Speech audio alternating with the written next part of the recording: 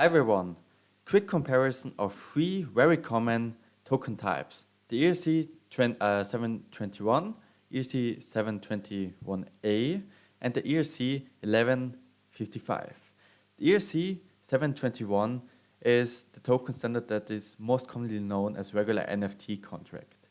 Basically, that's the contract, the smart contract, where people basically can mint the token one by one, basically each in a separate transaction and have to pay the gas fees for that.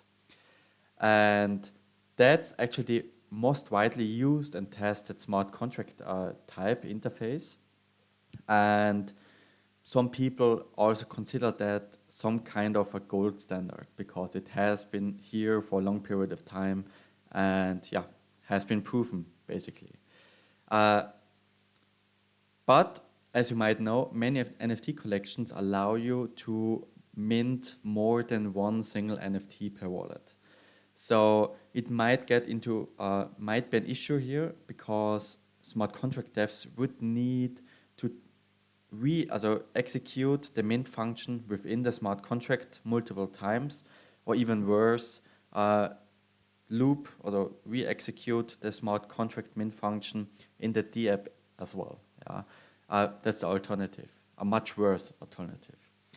And in contrast to that, people decided to invent the ERC-21A, which actually takes care of that issue.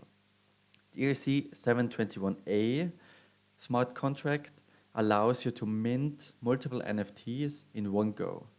But in contrast to having a simple loop that's just a data structure, a structure in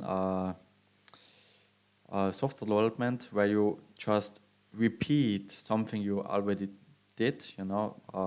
If you minted once, but you want to mint twice, you just do it again. Yeah?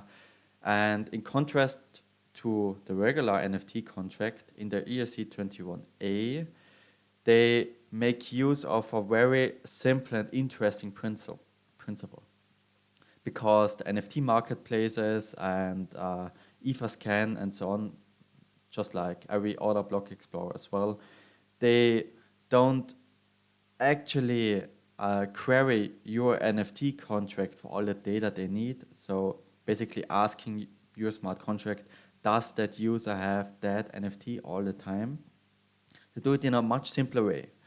They listen to so-called events, you know, and an event in a smart contract is nothing else than just like in real world, that's something that just happened.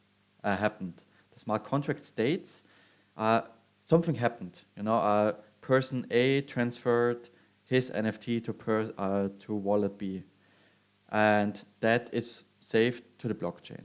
And instead of actually asking the smart contract how many NFTs does user A or B have, block explorers and NFT marketplaces actually listen or watch these events happen and use them for displaying account balances and so on.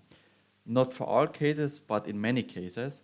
And the ERC-721A uses that principle by actually emitting just the event, in simplistic terms right now, just emitting that mint event, the transfer event basically, that you minted 3 NFTs in one go, and then just adjust all other balances, you know, increment or saving from your balances 0 to 3 and so on, which makes it much more gas efficient and cheaper to mint. I hope that wasn't too abstract now. And the third type I want to talk briefly about is the ERC-1155. I'm sure you heard about that as well.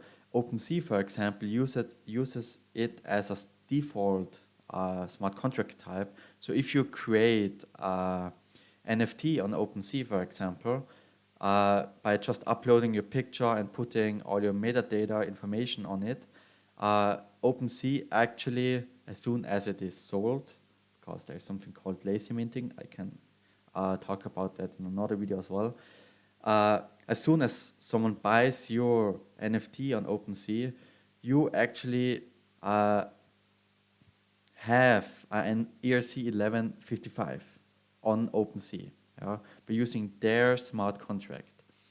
And ERC 1155 is something special because you can have multiple tokens like ERC20s, regular tokens like Shiba Inu and so on, and in theory, and NFTs in the same contract. So it's basically some sort of a portfolio. Just imagine like it could be some sort of an account, basically, without actually being an account. It's just a bundle of your assets. Let's put it that way.